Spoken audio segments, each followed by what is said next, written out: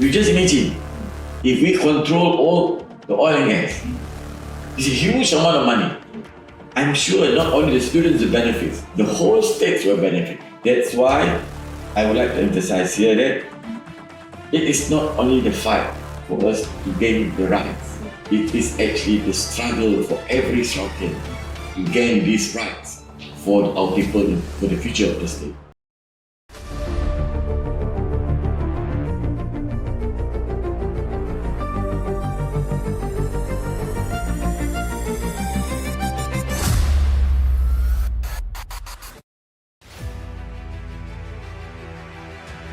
Maybe I could share how you get started in politics and how was the transition daripada maybe a medical doctor to a politician.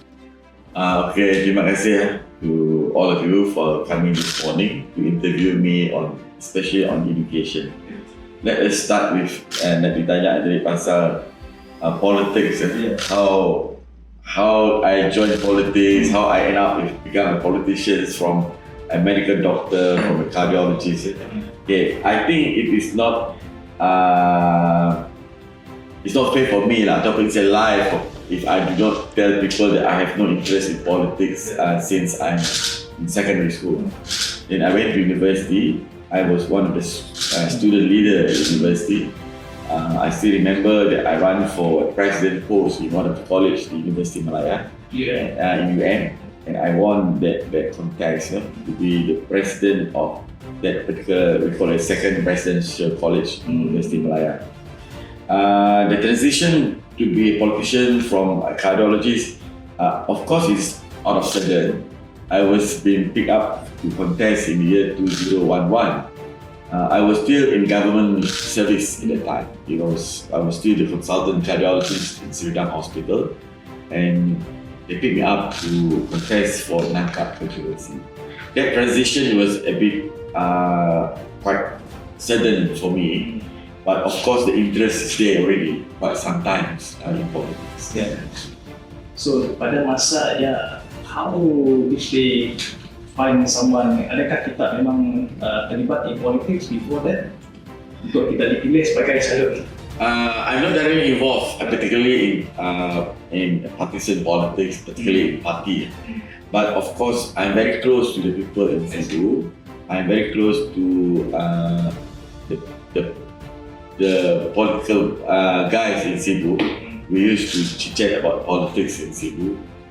In other words, the grassroots knows me about politics, and the grassroots knows me what I have intended to do for the people of Cebu. I think that makes things quite easy for the leadership to pick me as a candidate. So the transition daripada medical doctor to a politician, is there any similarity between the two professions? You see, when I am a doctor, I always deal with sick people, people who are in hardship. But of course, the problem is medical problem. Okay, not so much of other problems. Whereas in politics, the problems that we face, especially the people to solve people's problems, is more broad. Yeah. So in other words, if you use the same basis of how to solve it, same approach, it doesn't much different. Okay, I always tell people, some people might not agree with me. Any problems, most importantly, that we must know the root of the problem. Same as in medical, before we have a treatment, we need to do physical examination, we need to do investigation, all these procedures before we know the real diagnosis. And then after that, it's easy for us to solve. Similarly, if we apply to solving people's problems, other than medical problems, I think we will not far away from what we intend to help people. Yeah. And then maybe I thought, one of the first posts you were appointed to was the Assistant Minister to Education. Right. So, what does education mean to you? I always regard education a very important tool. In particularly, if you want to change or nasib seseorang itu sendiri. Number dua, if you want to menukar nasib keluarga. And of course, when that two pass through, you will able to help the country. So that's why I believe that, there's not only I believe, everybody believes that education is the most important tool to transform an individual, to transform a family.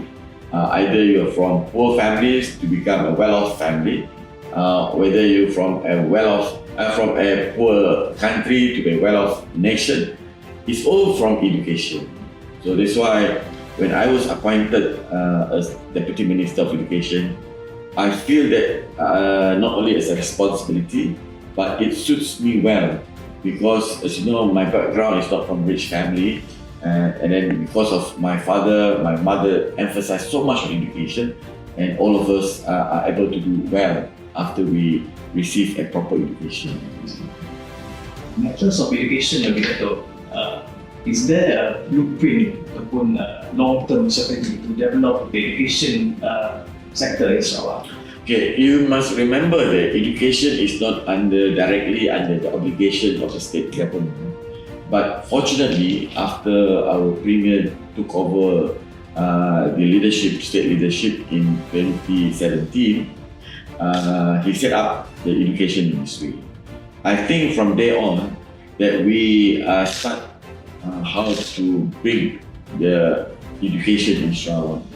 As you know, the education in Sarawak, not only the issue of dilapidated schools. Always people think that education in Sarawak is totally based on, because of dilapidated school, because of not enough teachers, not enough classroom. That is infrastructure which is very, very basic, okay? Which must be addressed as soon as possible. That's what we are addressing it now. But more importantly is the outcome of all the initiatives that are going to be started by the government. That is more important, because that will directly impact on the students' results, on the outcome of our old initiative that we have started for the last few years. So to me, education in Sarawak, besides all the infrastructure issues, we have a lot of initiatives to help not only the students, but more importantly also the teachers, to uplift their career development, professional development career.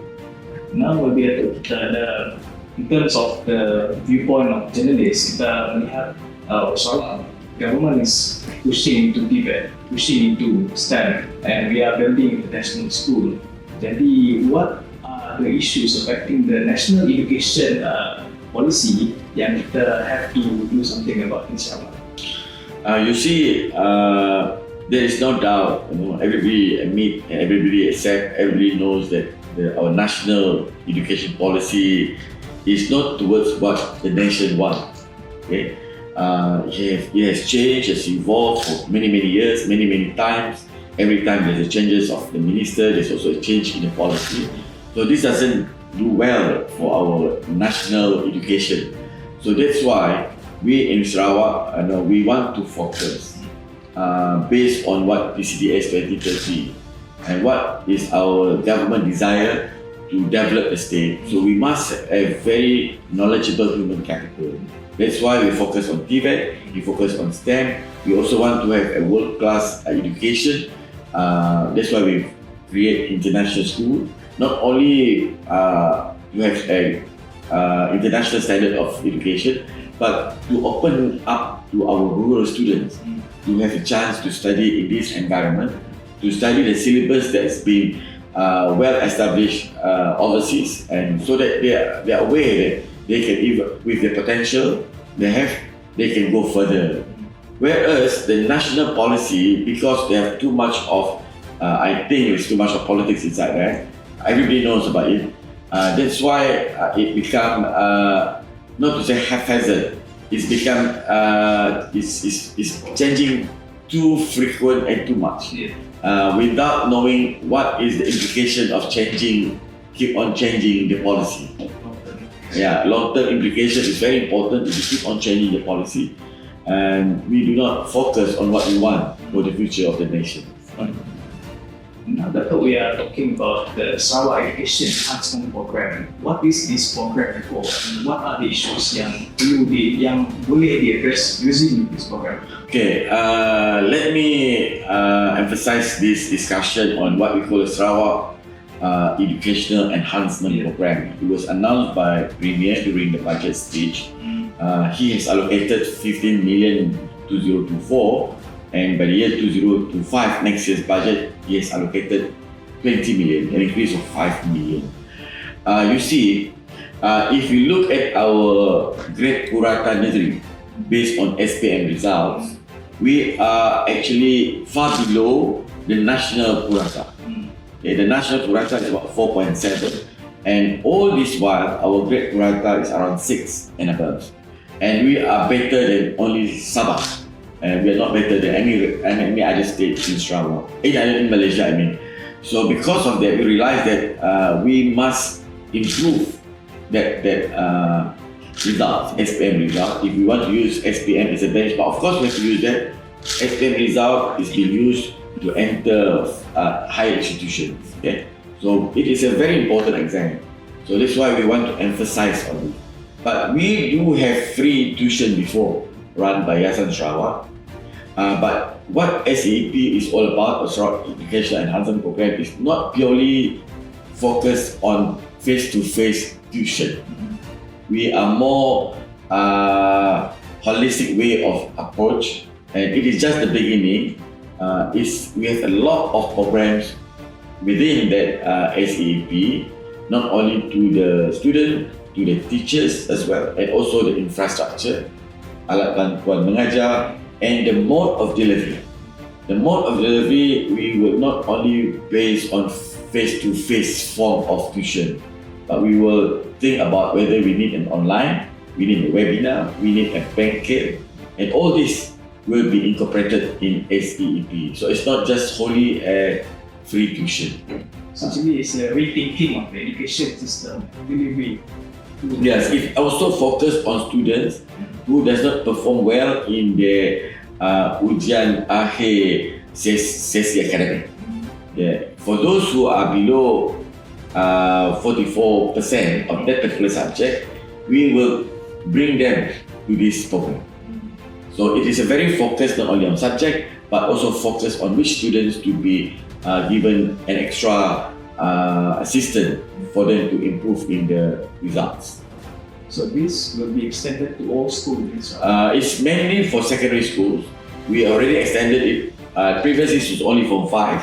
Now with the budget that we have, we can extend it to Form 3 and Form 4. Therefore, it will also help to increase the enrollment of our STEM students because we started from 3.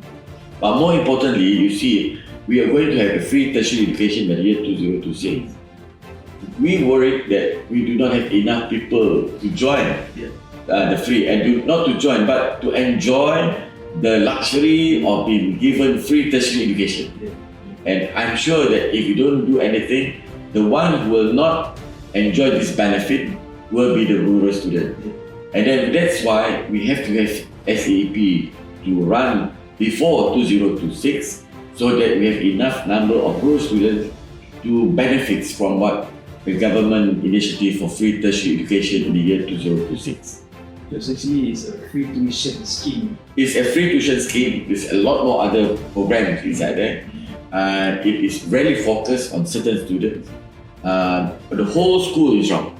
We will allow this teacher to tell us which students to be involved in this SEEP, and each of the students will be given a student's card. Their attendance will be monitored, their progress will be monitored, and how much they attend the classes, how much they progress will also be centrally monitored by us. Datuk, would there be macam yardstick ataupun benchmark for ataupun target what we want the student to achieve melalui SEEP?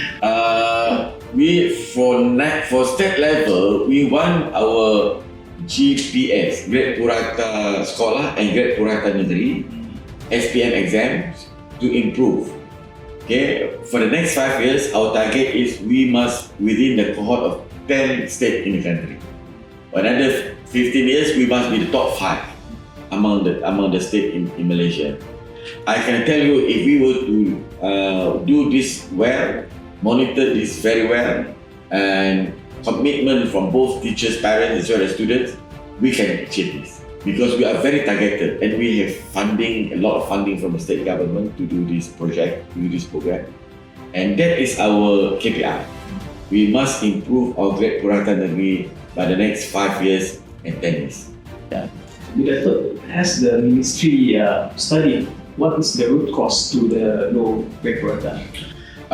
There's a lot of issues, but of course this and interestingly, what we have, when we see all these grade purata sekolah, it's not confined to school in rural areas. There are schools in urban areas who also have grade purata low. The low that we define is above 6. So any grade purata above 6, we define it as low. If below 6, it's not good. It must be on par with the national level. It's 4.7. And Sarawak, first time last year, we dipped up below 5, it's 4.9, which is good. In other words, we want to emphasize the students in rural areas. On top of that, also in urban areas. But interestingly, there is not much difference between, when we study the figure, not much difference between the students who stay in asrama and who do not stay in asrama. By right, the students who stay in asrama should perform better because they are regimented. Their programs are regimented. So now we are going to focus that we want more students to stay in asrama, okay? And so that there will be a proper regime for them in the schools, so that the teachers can help them regularly. So that is our approach now, to make sure that that grade purata improves for the next 5 to 10 years. In terms of the federal government, federal MP, are they doing something about this grade purata Sarawakian? Of course, there are some form of intervention in the schools run by the own teachers. But as you know, this grade purata Sarawak is not now, it happens to be low. You know?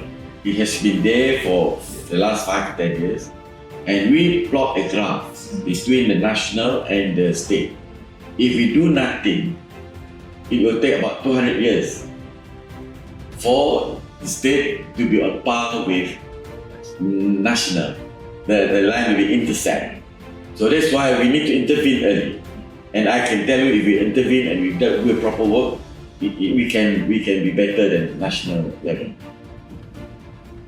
In terms of improving academic performance, apa cadangan bagi Datuk for you, for the people at the grassroots level, mungkin daripada persatuan, daripada sekolah, maybe daripada political party pun, untuk membantu meningkatkan background academic performance? Okay, I have done one of my personal initiative on this. I have called the young teachers in Sarawak. There are 18,000 of them below 45 years old, and I have encouraged them to form an NGO. They form what we call Persatuan Aspirasi Guru Sarawak, and they have been given quite substantial fund by the state government. They have done their first seminar and conference. I'm going to be with them at the end of the year during the school holidays. We were trying to sit down how to help not only Form 3, Form 4, Form 5.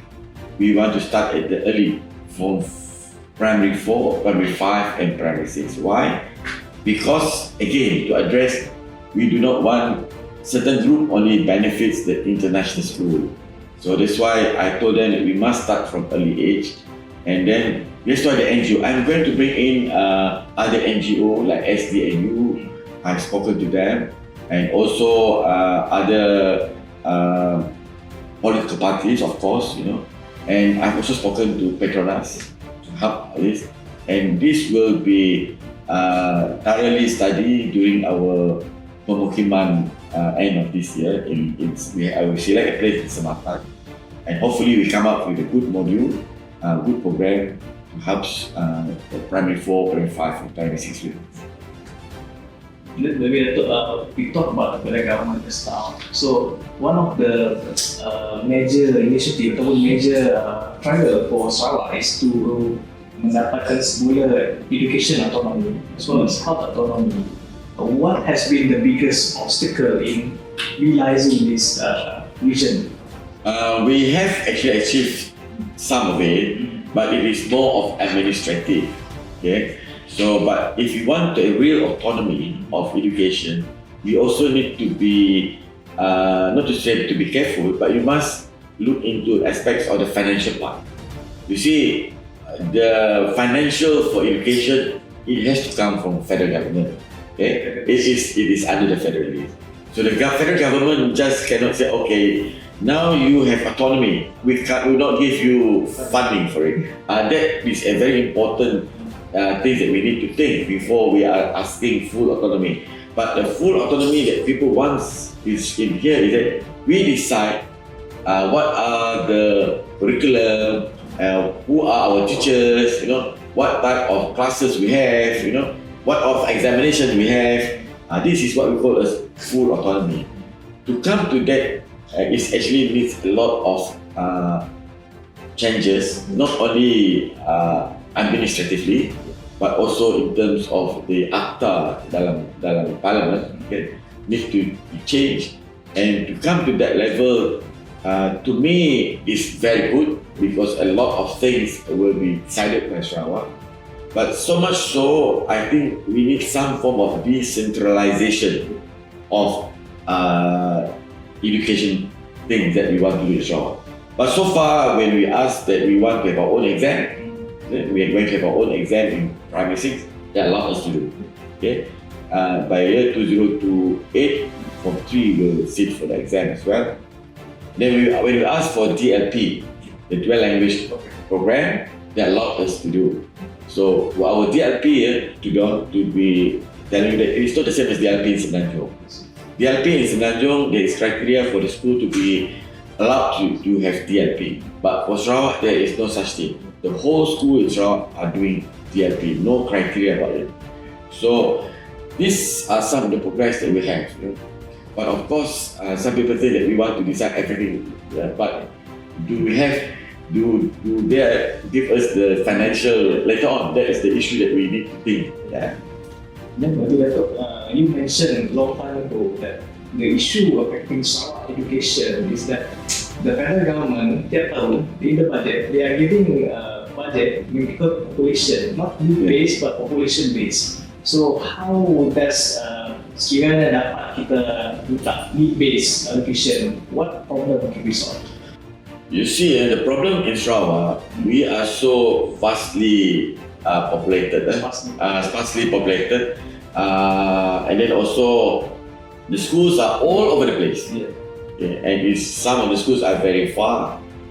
Some take 8 hours to drive. Some people do not realize this is happening in Sarawak. And some of the schools are only 10 students. Some of the schools are 20 students. And we have 600 plus schools which are below 150 students. So in other words, and these schools, if you see at the results, they're not doing that well. Okay? Some because of the condition at school, some because of the teachers are not there, the option teachers are not there. But more importantly is the funding. The funding, if you base on the number of students, then you will get less funds because of the number of students, and because of that, you might not be able to improve whatever you want to improve in the schools. So, to me, you can go for number of students allocation if it is in the urban. Okay? Whereas in the rural, you should not use that as your policy. You should use the needs. What are the needs in the rural? You use that as as a baseline for you to give funding. Whereas in urban, it's okay based on number of students. But to me, we have to divide that very strictly. Otherwise, the rural students, the rural schools, because the numbers are small, they were deprived of all the funding that they should get compared to their peers in the urban areas. So to me, I think that the federal government should look this seriously. And then there's the issue about the teacher shortage in Sarawak. Last month or the month before, SPP, they have indicated that we interviewed people outside of Sarawak to fill the vacancies in Sarawak school. So has this issue been resolved? I think there is a blunder by SEEP in that process. They include the COS, the contract of service, as part of the teachers who also have the EINSTEIN. By right, they should not call the same interview, so that you will know this is nothing to do with other application from outside Sarawak. Then if you divide, okay, COS is purely for Sarawak. It's only open for Sarawak people. Then you will not mix up. And people will not tell, oh, how come there's also from Sabah coming, there's also from Semenanjung coming to have interview in Sarawak. So the impression is that, not only the impression, it is true story, that they are non-Sarawakian being called up for COS scheme. By right, it is not. Because they mixed up with the one with EINSTEIN. The EINSTEIN is the one who is trained as a teacher. You can call interview any other time, don't mix it up with this interview. Only then you know that this is purely for Sarawakian, and people will not mix up, will not to say confused. They will not think that it is being you call other non-Sarawakian as well. Open for all. That's why I think they have made a bit of blunder there, that they should not call others from other states for the interview as well. So, but it will be resolved. We will see once they be given a letter of appointment at the end of the year, as promised. How many COS? It has to be 100% COS Sarawakian. It cannot be less. Okay? But others, the one with EINSTEIN, that one is okay. That one is because it's nothing to do with COS. The COS is those who are no EINSTEIN at all. They'll be given the training in the next 6 months, 1 year, and 2 years. This is the cohort that has been promised to us. It must be 100% Sarawakian. Yeah. Then we are talking about education. One of the major things that we are doing in Sarawak is to empower the use of English language in teaching and learning, as well as correspondence. So you said a few months ago that there are some pressure from some people asking us to reduce the use of English. You see, there's a problem in Semenanjung. They always think that you are less patriotic if you use English. But you don't think that English is the lingua franca. Okay? It is a language of knowledge. And they mix up with all these sentiments for the future of the nation. Okay? To me, I think we are very firm that we will not compromise. I should say we shall never surrender not to use English in our English. So it's full stop. Okay? Don't interfere with us anymore. Don't try to meddle with all these issues to us anymore. We will not entertain you because we have been given a chance to use DLP. We will proceed, and that's why we need this exam. We want to know where we are. You don't have your exam; it's your business. Okay, but we want to know how our students are doing after 6 years, and from there we can always improve ourselves. So that this exam is not purely to know whether the student is good or not good, but it implies a lot of things later on for us to improve ourselves, especially the teachers as well. So I think the issue that Sarawak emphasizes more English than BN, that we do not discard the use of bahasa. We never. Okay? But we want to use English as well because we think that English is important for the future of this thing. Yeah. And then the use of English is empowered in the constitution. We never surrender. Yeah, you see, according to Malaysia Agreement, we are allowed to use English, and if any change in that, we must be consulted. But we are never being consulted when they implement the national language to use in every school. But let us don't look back at issues again. We want to move on, and that's why I've said just now. We want to emphasize on English. We will improve the command of English among our students. And then more recently, in the recent budget, Yang Amat Premier has announced a pocket money assistance scheme, $50 per for today at MBTS. This complements the free laptop scheme, book voucher scheme, flight ticket subsidy, PTPTN discount scheme. So what are the impact of all these initiatives? First of all, I would like to tell the students and the parents. You can compare all these initiatives. There is no other state in Malaysia who are able to compete with us. In all these initiatives of helping laptops, pocket money, A-tickets, PTPTN, all this, none of other states are able not only to match, never in other states. So in other words, the state government emphasized so much on the students. Okay? Never in the history the state government giving pocket money. Never in the history government helping to get a laptop for the students, And of course the airfare has been given for the last few years. And also helping PTPTN. None in other states.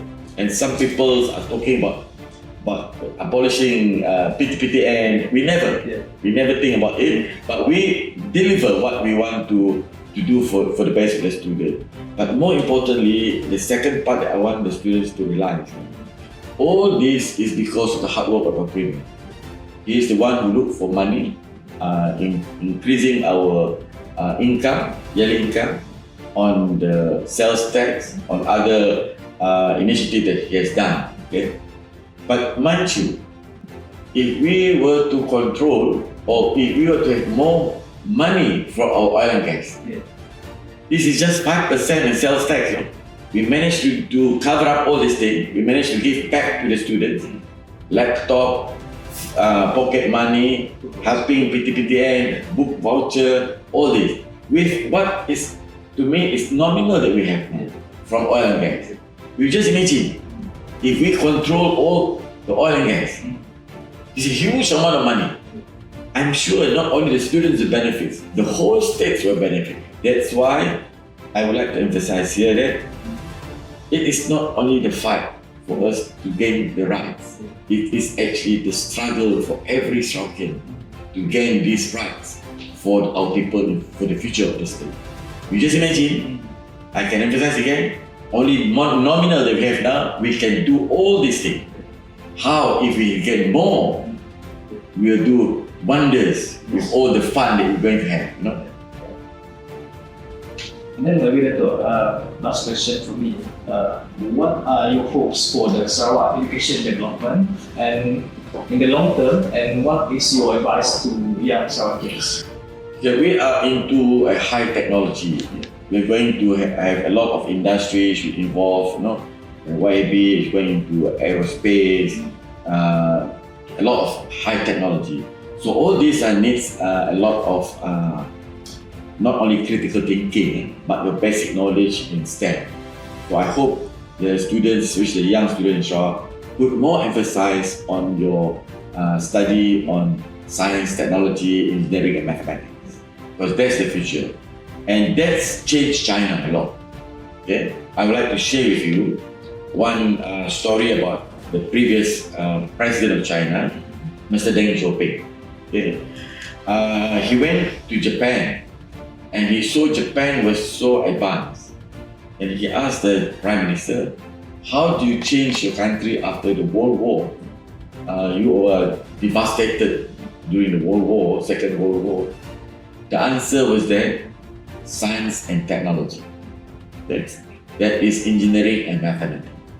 So he went back to China and reformed the education system in China, which previously emphasized so much on communist doctrine. And now he changed that to he emphasized on mathematics and science, and give more time for the students to learn mathematics and science. Even so, until he have to make a compulsory for all engineering students to spend 1.5 years to help poor students and to help poor students in teaching mathematics and science. So in other words, these are the focus that we must, if we want to develop this nation to be a high income country, high income state by the year 2030.